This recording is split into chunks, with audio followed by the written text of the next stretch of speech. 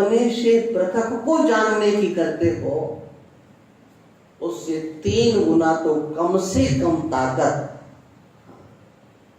अपने आप को जानने के लिए करो। अयम आत्मा ब्रह्म, मांडुक्य उपनिषद में ये श्रुति है, अयम आत्मा ब्रह्म।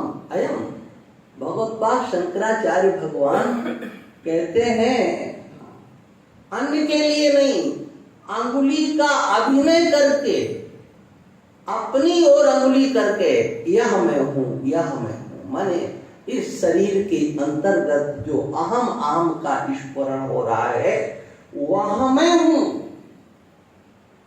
अयम अस्मि पुरुषः, अयम माने यह मैं हूं। आत्मा को अगर परब्रह्म के रूप में आपने जान लिया, आत्मानम चेत, चेत शब्द का प्रयोग करते हैं। हाँ, जानना बहुत कठिन है, यदि जान लिया माने सरल नहीं है। अगर सरल होता तो जाने कितने बार हमको ये मानवाकृति मिली है, हमने उसको जान लिया होता। लेकिन पुण्य और पाप कर्मों के झूलों में हम लोग झूलते रहे, इस दर्शन का आश्रय नहीं किया, अपने स्वरूप का चिंतन नहीं किया। जब व्यक्ति के कोई विशेष पुण्य उदय होते हैं तभी वह इस ओर बढ़ता है, तभी बढ़ता है। भाग्योदयेन बहुजन्म समर्जितेन, किस्मत जागी, भाग्योदय हुआ। ये भाग्योदय होना क्या है? व्यास भगवान कहते हैं बहुजन्म समर्जितेन, अनेक जन्मों में अर्जित किया गया पुण्य जब जगता है। देखो, एक सत्कर्म वह होता है जो आपको आपके कर्म का फल, जो सुख है, उसे प्रदान करता है। वह यहाँ का सुख प्रदान करेगा, स्वर्ग का सुख प्रदान करेगा, ब्रह्मलोक का सुख प्रदान करेगा। जैसी आपके पुण्य कर्म की क्षमता है तद अनुसार वह आपको सुख प्रदान करेगा।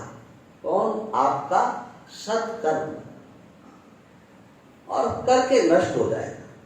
लेकिन आपने अपने उसी जीवन में कुछ ऐसे सत्कर्म किए जिन सत्कर्मों को आपने भगवान को समर्पित कर दिया। भगवद गीता की भाषा में या महापुरुषों की भाषा में आपने निष्काम कर्म योग का आश्रय लिया। निष्काम कर्म योग का अर्थ ही होता है कि आपने सत्कर्म किया और उन समस्त सत्कर्मों को ईश्वर के अर्पण कर दिया, ईश्वराश्रित भगवान को समर्पित कर दिया। जो भी कर्म किया, प्रभु बस यही मेरी पूजा है। स्वकर्मणा तमभ्यर्च्य, अपने कर्मों से उस ईश्वर की पूजा करना, ये उससे भी ऊंची स्थिति है। कर्म करना और कर्म के फल को ईश्वर को समर्पित करना, एक स्थिति ये है। और एक अपने समग्र चेष्टाओं से ईश्वर की सेवा, ईश्वर की पूजा समझना।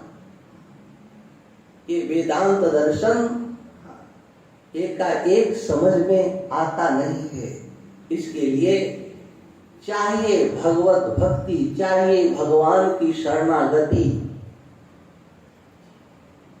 सबकी स्वीकृति है, ध्यान रखना। आप कहें कि आप तो कहते हो आप ब्रह्म हो, तो अब क्या मतलब?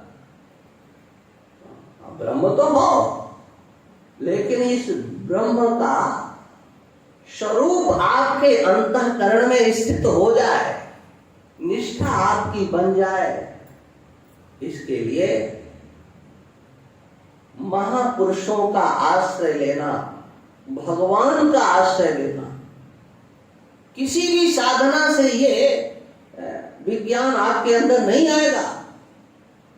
चरभरत जी महाराज कहते हैं, रघु गणेश तत्सा नयाति न चेदया निर्वपणाद ग्रहादवा न छंदसा नैव जलाग्नि सूर्यई बिना महत्पाद रजोभिषेकम।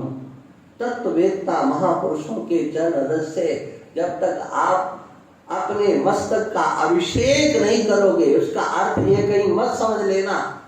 लोग यही समझते हैं कि महापुरुष चल रहे हैं, जा रहे हैं, तो बस उनके नीचे की जो खड़ाऊं या जो पहने हैं लेकर के और अपने माथे में लगा लिया है, बोले हमारा कल्याण हो जाएगा। अरे मूर्खों, इसका अर्थ ये बिल्कुल नहीं है। उनके चरण रज के धूल में अपने आप को समर्पित कर देना, निरहंकार हो करके उनके वचनों को यथावत स्वीकार कर लेना। तद्बुद्धय तदात्मानस्ता निष्ठा, और निष्ठा को बनाना। उनकी शरण में जाना। तद्विधि प्रणिपातेन परिप्रश्नेन सेवया, निष्कपट भाव से सेवा। और केवल इसलिए जिसके लिए मनुष्य जीवन मिला है, उस तत्व का अनुभव हो जाए, साक्षात्कार हो जाए।